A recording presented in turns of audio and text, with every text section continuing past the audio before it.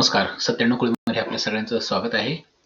97 कुळी हा आपल्या अशा लोकांचा ब्लॉग आहे ज्यांना न्याय, स्वातंत्र्य, समता, समृद्धी याच्यामध्ये रस आहे आणि तशा पद्धतीने गोष्टी निर्माण होण्यासाठी राज्य कसं चालवलं गेलं पाहिजे आणि या व्हॅल्यूज वापरून कशी समृद्धी येते, अ, या गोष्टीमध्ये ज्यांना रस आहे त्यांनी जरूर हा ब्लॉग बघा, इतरांना सांगा. अ, 1-1.5 आठवडा मला जमलं नाही भाग करायला कारण दुर्दैवाने माझा एक खूप जवळचा मित्र, अगदी कॉलेजपासूनचा 52-53 वर्षाचा असेल. तो he is no more, he died आणि त्यामुळे it kind of messes with your head आणि I am not by myself for a few days. It's it's hard to come to terms. आपले आजोबा गेले किंवा अजून कोणी मामा आणि काका गेले. It's a different story. त्यांच्याशी तुमची तेवढी अटॅचमेंट ॲक्चुअली खरं सांगायचं तर नसते. अ, कारण you still have your parents, हो की नाही?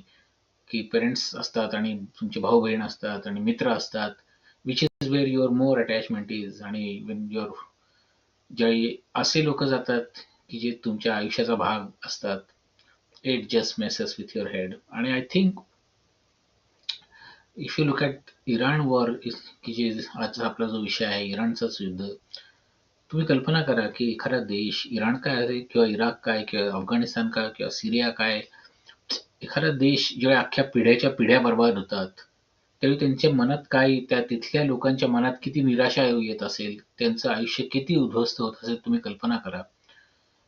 तर इराणचं आपण बद्दल आज थोडं बोलू आणि मग भारताची सुरक्षितता, विशेषतः ऑइल रिलेटेड, की इंधन हे फार महत्वाची गोष्ट आहे.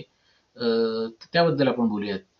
तर पहिलं, स्पीकिंग ऑफ इराण, इराण ने खरोखरच मला थोडं, मी इतकं फॉलो नव्हतं केलं, पण मागच्या काही दिवसात काही गोष्टी जरा खूप क्लिअर होत आहेत, की इराणने मागच्या अगदी सुरुवातीपासूनच बऱ्यापैकी अमेरिकेला प्रत्युत्तर दिलं, डिस्पाईट ऑफ द फॅक्ट की इराणकडे अमेरिकेसारखे अत्याधुनिक शस्त्र नाहीयेत आणि अमेरिकेची शस्त्र खरोखरच जबरदस्त आहेत, की अँटी मिसाईल मिसाईल, की मिसाईलला भेदणारी मिसाईल्स असतात आणि अ, ती जी काही यंत्रणा आहे ती अमेरिकेने सगळीकडे आखाती देशात लावलेली आहे आणि लावलेली आहे म्हणजे काय, त्यांना विकली आहे अमेरिकेने ती. So America has already made money installing that in all the gulf countries.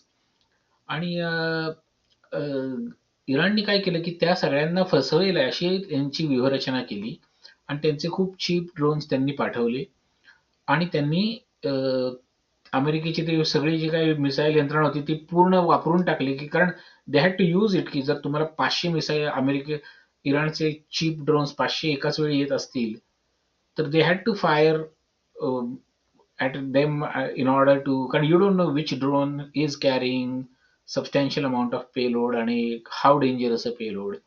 त्यामुळे they had to use all their existing missiles and now they are totally out of stockpile आणि आता अमेरिकेला ते प्रोड्यूस करायला लागतंय. That's one thing. पण second most important thing was की इराणनी जे हल्ले केले ते इतके प्रिसाईज होते आणि इतके स्ट्रॅटेजिक होते की ॲक्चुअली बऱ्यापैकी अमेरिकेचे बेसेस हे थोडे क्रिपल झालेले आहेत आणि त्यांचं सगळ्यात महत्त्वाचं म्हणजे अमेरिकेचं फिफ्थ फ्लीट बहारीनमध्ये आहे आणि त्या फिफ्थ फ्लीटवरती इराणने हल्ला केला आणि तिथले काही कम्युनिकेशनचे डोम अचूक उडवले. त्याचे फोटोग्राफ्स तुम्हाला इंटरनेटवर तुम्ही शोधले तर सापडतील. तर कम्युनिकेशनच गेल्यामुळे आणि त्या फिफ्थ फ्लीटची मेन इमारतच पूर्ण उडवल्यामुळे तो बहारीनमधला जो अमेरिकेचा सर्वात मोठा सागरी तळ अमेरिकेच्या बाहेर आहे, तोच आता उद्ध्वस्त झाला आहे आणि तिथं आता काही तिथनं त्यांनी लोकं विथड्रॉ केली आहेत. मे बी थोडाफार प्रेझेन्स ठेवला असेल, पण फॉर ऑल प्रॅक्टिकल पर्पजेस तिथनं लोकं त्यांनी काढून घेतले. इतकंच नाही तर मध्ये आणि कुवेतमध्ये अमेरिकेचे जे 3 तळ आहेत, ते अतिशय महत्त्वाचे एअर फोर्सचे आणि आर्मीचे तळ होते. तिथे इराणने अशाच पद्धतीने हल्ले करून त्या त्या basis they they have at least made them reduced capacity basis. So as I said, the first one की बहारीनचा फिफ्थ फ्लीटचा तळ पूर्णपणे तो निकामी झालेला आहे. I don't think they are using, America can use it at least in the short term. Whereas the other three, Kuwait आणि UAE चे ते पार्शियली डॅमेज केले.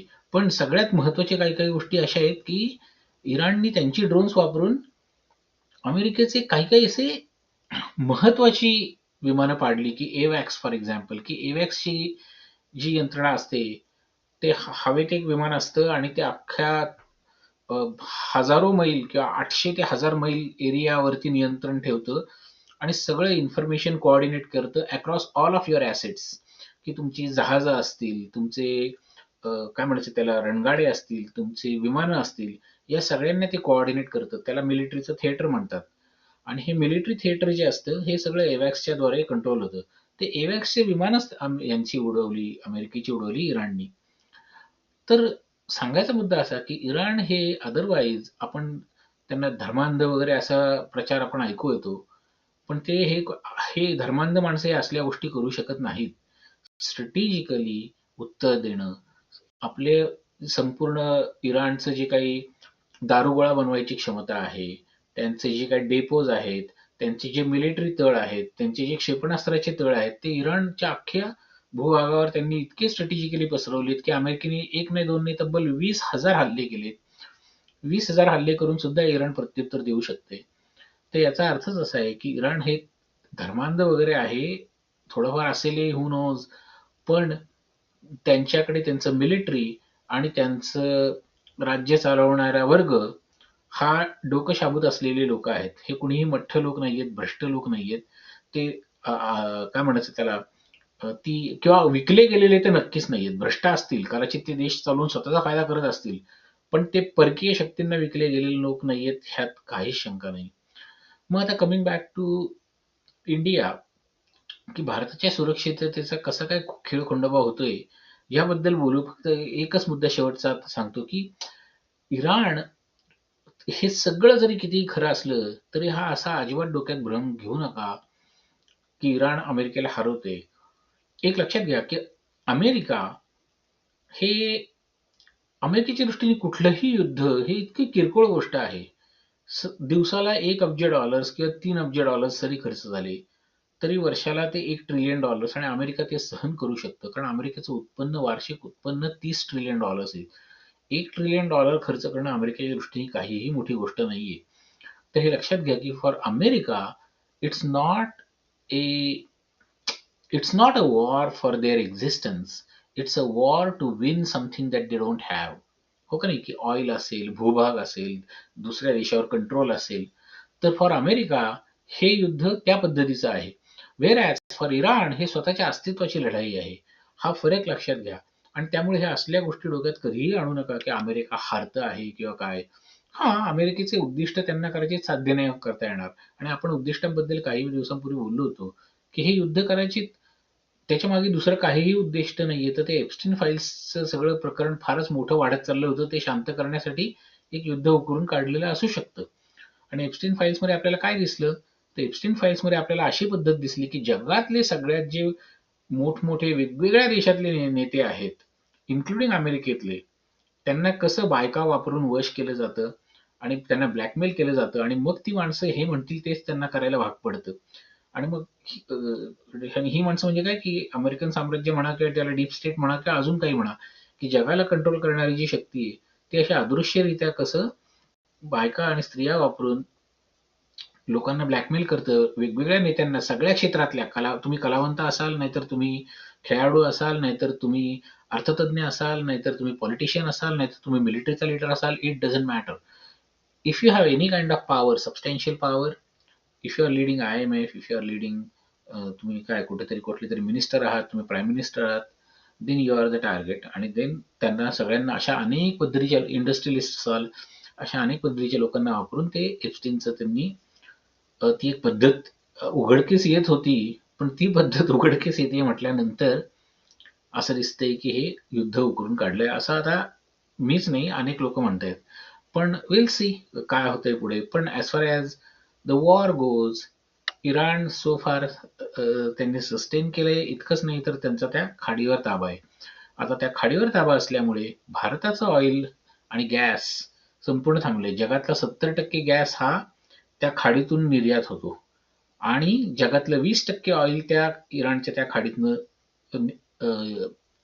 निर्यात होतं. तर 20% हे दिसायला जरी कमी दिसलं तरी 20% वरती 20% जर कमतरता निर्माण झाली तर प्राइसेस 20% वर नाही जात. प्राइसेस 200%, 100% वर जातात. आणि that's what we are seeing right now, की प्राइसेस त्या 20% मुळे ऑइलची प्राइस ही दुपटीहून अधिक झालेली आहे. आणि मग आता प्रश्न येतो भारताचा, की मग भारत काय करतोय? तर भारतात आपले जे राज्यकर्ते आहेत, त्यांची एक पद्धत असते, की सगळं हसण्यावारी न्यायचं.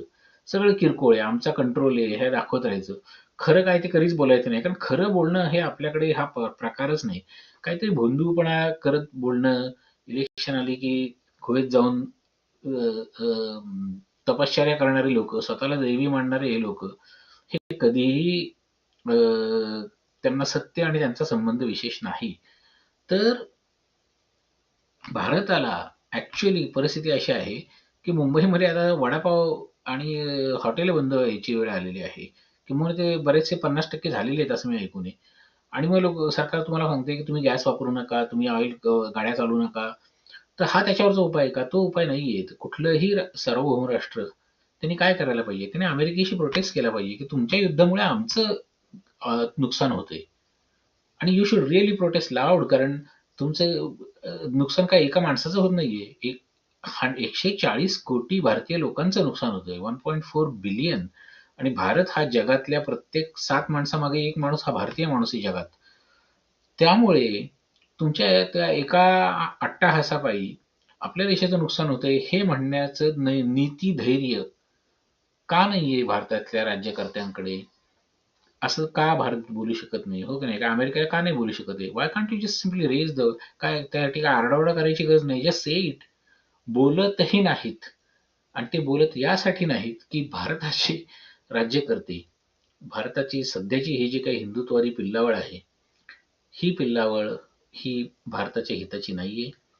हे कुठल्याही पद्धतीचे नेते नाहीयेत. ती सगळी कळसूत्री बाहुली आहेत. ते एप्स्टीन स्टाईल पद्धतीने त्यांना तिथं आणून बसवलेले आहे कोणीतरी. आणि ते राज्य बेसिकली भारत हा काही ठराविक लोकांनी अक्षरशः हळूहळू ते विकतायत परकीय शक्तींना. That's exactly what's going on. आणि भारताच्या म्हणजे सुरक्षिततेचा पूर्ण हा खेळ खंडोबाच आहे, की हे लोक, त्यांना राज्य कसं करायचं माहित नाही, त्यांना सुरक्षितता माहित नाही, त्यांना फक्त स्वतःचं पोट हेच माहिती आहे. लाच, भिक्षा आणि भ्रष्टाचार. लक्षात घ्या, या 3 गोष्टी करणारी लोक भारतावर आता हे उघडपणे राज्य करतायत. काँग्रेसच्या काळामध्ये नेहरूंचा आदर्शवाद होता. त्या आदर्शवादाला घाबरून ते थोडे छद्म पद्धतीने पाठीमागे असायचे. पण बेसिकली काय, लाच, भिक्षा आणि भ्रष्टाचार, कारकून, व्यापारी आणि हे संत, महंत, बाबा, बुवा ह्यांची ही जी काही एक जोडगोळी आहे, की जी इंग्रजांनी बेसिकली यांना पुढे आणलं, भारतातल्या क्षत्रिय वर्गाला मागे टाकलं. आणि मग भारताचा अक्षरशः ऱ्हास त्यांनी केला. भारतात राज्यकर्ते लोक इंडिपेंडंट, भारतासारखा देश खरं तर आत्ता एक महासत्ता ऑलरेडी असायला पाहिजे होता. पण तो यासाठी नाही झाला, की इंग्रजांनी भारतातल्या क्षत्रिय वृत्तीच्या लोकांना बाजूलाच ठेवलेले आहे. आजपासून नाही, 1957 पासून तुम्ही लक्षात घ्या. 1957 पासून त्यांनी हिंदू मुस्लिम भांडणं लावली. आणि तीच हिंदू मुस्लिम भांडणं लावणारे आता आता तर अधिकृतरित्या ते राज्यावर आले. तर हे करताना त्यांनी भारतातल्या क्षत्रिय, ज्यांच्याकडनं इंग्रजांनी राज्य घेतलं, ते मराठे आणि मुस्लिम हे 2 त्यातले मुख्य होते आणि थोड्याफार प्रमाणात शीख. इंग्रजांनी या सगळ्यांना बरोबर डावललं. तोच वारसा 1947 पासूनच्या लोकांनी चालवलेला आहे. त्यामुळे ह्या लोकांना हे डोक्यात विषयच येत नाहीत, की अमेरिकेने इराणवर हल्ला करणं हे भारतासाठी किती डेंजरस आहे. हे आपल्या लोकांच्या ते डोक्यात येत नाही. आणि ते आलं पाहिजे. आणि त्या येण्यासाठी अक्षरशः आपण सर्वांनी तो आग्रह धरला पाहिजे आणि तशा पद्धतीचे लोक तिथे निवडून गेले पाहिजेत. लाच, भिक्षा, भ्रष्टाचार यांच्या ढुंगणावर लाथ घातली पाहिजे. हे लक्षात घ्या. आजचा भाग इथेच थांबवतो, पण अजून 2-3 दिवसात लगेच पुढचा एक भाग करेन. त्यावेळी मग आपण हे बोलूयात, की हे कसं घालवायचं आणि काय केलं पाहिजे. काय केलं म्हणजे राज्य नीट चालतं. याबद्दल आता मात्र आपण खरंच सिरियसली बोलायला सुरुवात केली पाहिजे. ओके? चला पुढच्या वेळी बोलू.